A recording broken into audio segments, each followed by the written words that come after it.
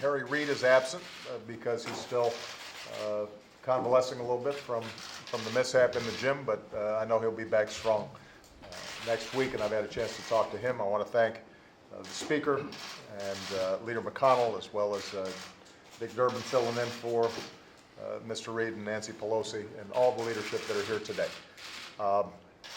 First of all, some of these folks I haven't seen, so I've had an opportunity to wish them Happy New Year.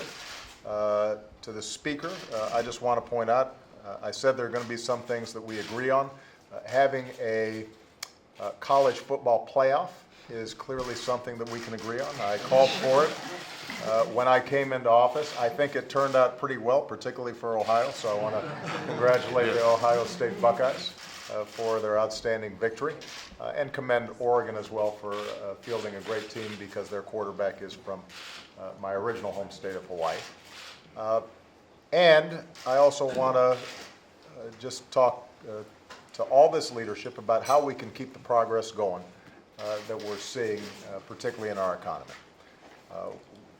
The latest job report indicates that the recovery continues to move in a robust fashion. We've now created 58 straight months of private sector job growth, about 11 million jobs created in the private sector. Unemployment rates come down faster than any time in several decades. We now are seeing the strongest job growth overall, as well as in manufacturing, since the 1990s. We are producing more energy than ever before. The deficit has been cut by 2/3. And we're finally starting to see some movement last year in wages going up at a time when families are also enjoying some lower gas prices. So we're in a position to make sure that 2015 is an even stronger year. And relative to our competitors, we are holding much better cards. The key now is for us to work as a team to make sure that we build on this progress. Obviously, there are disagreements around the table on a whole range of issues, but there are also areas where we can agree, and that's where we're going to be focused. Just to cite a few examples, I've got a State of the Union next week. One of the things that we're going to be talking about is cybersecurity.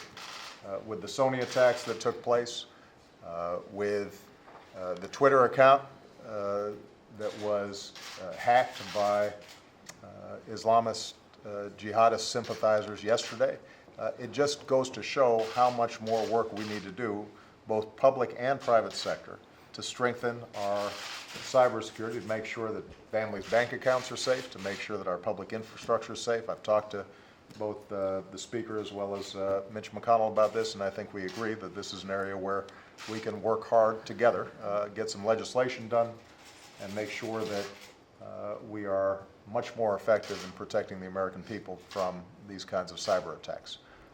I think that there's going to be opportunities for us to work together on trade.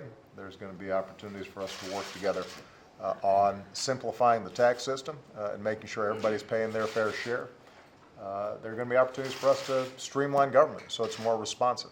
And on each of these issues, I'm going to be listening to everybody around this table, and I'm hopeful that with a spirit of cooperation and putting America first, we can be in a position where at the end of this year we'll be able to look back and say we're that much better off than we were when we started the year. So I just want to thank everybody for being here, and I'm very much looking forward to not just this discussion, but some real collaboration over the course of the next several months.